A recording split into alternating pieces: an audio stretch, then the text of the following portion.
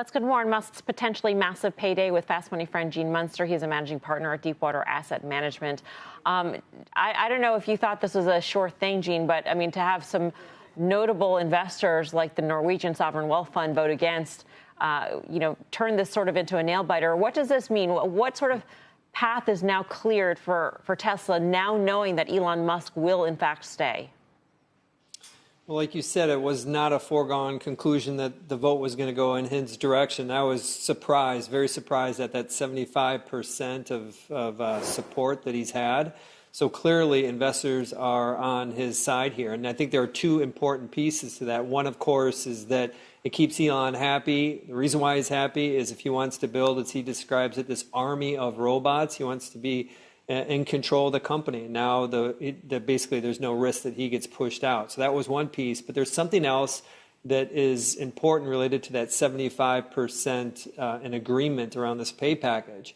It speaks to the institutional investors' commitment. We know the retail had it, but the institutional commitment to Elon's vision. And what Phil talked about was exactly right. He's anchoring this in kind of the future of AI and robotics and Optimus. But why that's important is that I feel like every quarter there's some disappointment on the fundamentals, some numbers going down in the future, and yet the stock continues to hang in there and go higher. And part of that is because there's investor support for his vision. And I think that was probably my biggest takeaway with so far on the event today is just that kind of overwhelming support that he does have that's going to make it hard for the stock to go down. Gene, it's Karen. Thanks for being on. One thing I was wondering, if he needs to deliver 1 million robots, and let's say at scale, it's $35,000 each, he could literally just pay $35 billion to meet that threshold, which is only part, but a big part, of the $1 trillion package. Well, I mean, there would be some auditing. There was some expectations around him hitting some vehicle targets in his first pay package, and there was talk about Larry Ellison secretly buying tens of thousands of Teslas so he could hit that target, and that didn't happen. I think that they would figure that out. I mean, conceptually that's possible, but I would be surprised if something like that would happen.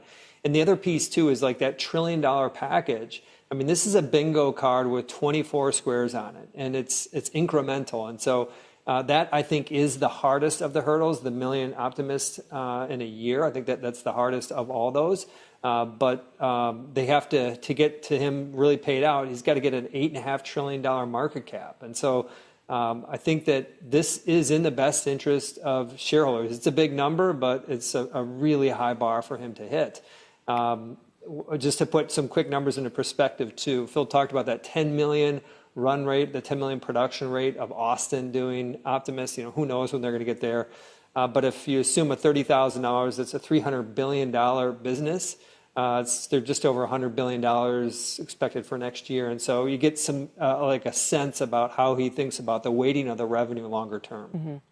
Mm-hmm. Gene, we want to pull up a chart of Intel because the stock is higher. Elon Musk saying that while they don't have any deals with Intel right now, it may be worth talking to them. So the stock is up 3%. I don't know, in your view, is there a deal to be made between Tesla and Intel unless it's just a sheer investment in Intel versus a partnership, for instance? Yeah, that's a head scratcher for me, especially after what happened with Intel and NVIDIA. And I think NVIDIA kind of helping essentially prop up Intel. This is a few weeks ago. And so basically, it's what Musk needs is the most advanced GPUs. He's been clear in his conversations about Tesla and about XAI how important. I mean, he's almost like he's speaking to Jensen to make sure that they get the proper supply of the GPUs that they want.